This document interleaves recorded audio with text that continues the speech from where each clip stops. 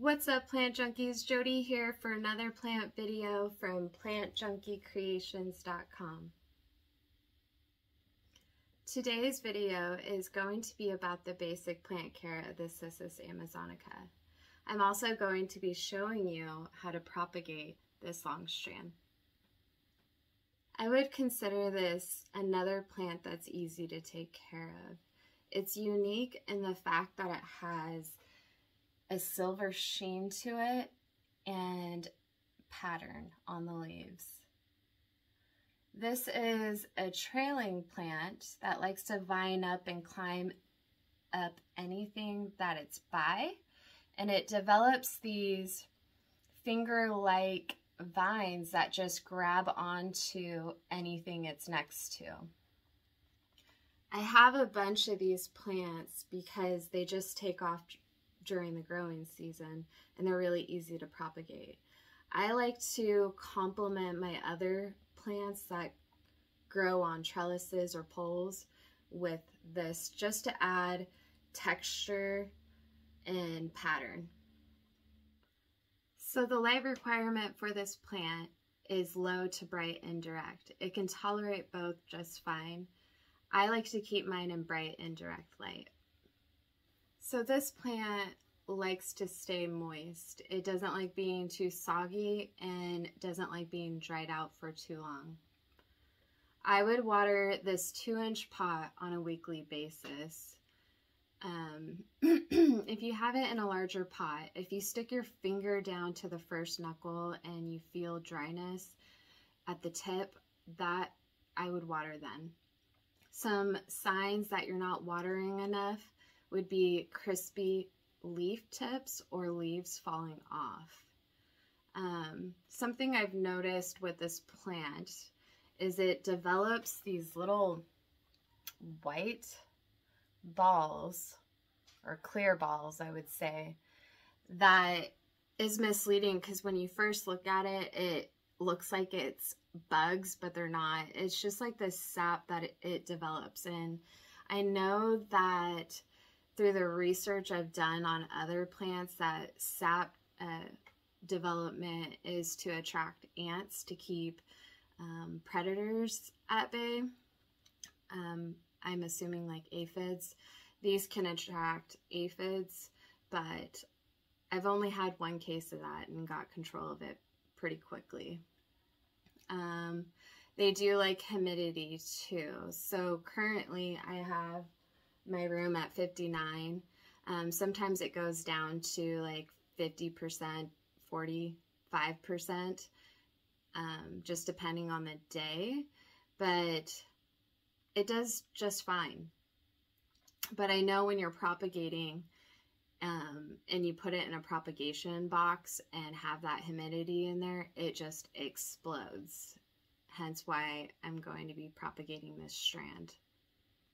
The soil requirement isn't picky at all. It just likes a well-draining mix. I'm just using my basic mix that I always mix up, which consists of cocoa coir, cocoa chips, or coconut husk, whatever you want to call it, perlite, charcoal, peat moss base, and worm casting. You'll want to fertilize your plants 2 times a month during the growing season. In the winter, I wouldn't fertilize. I use Gringo Rasta Rise Up mixed in a gallon combined with Super Thrive, and I just do that 2 times a month. That's it.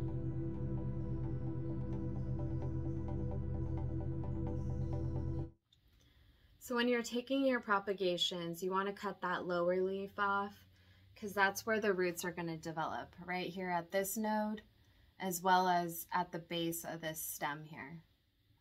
I like to use Gringo Rasta as a root promoter, and I'm just sticking the node as well as the base of the stem inside there.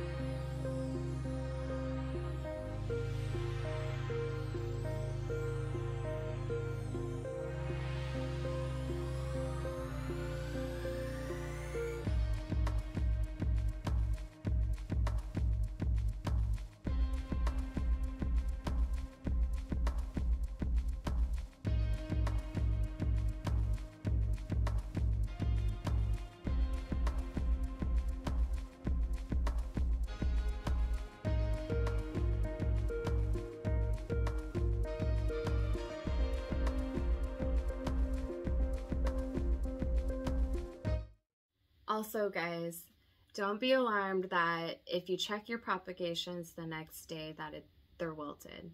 Don't worry about it, they'll bounce back. They sometimes go through a little bit of shock. When monitoring your propagations, you'll want to make sure at all times that it is moist. So the moment that you see the surface of the soil dry, water it. It needs that water to develop roots, which tells me that this plant would probably propagate well in just water, but that's not the route I would go, because if you take these cuts and you place them in water, they're going to develop water roots. And if and when you decide to put it into soil, it's going to take some time for those water roots to acclimate into soil, and it might shock and you might possibly lose your plants. So the best method for propagating the Cissus amazonica, I find, is the soil method.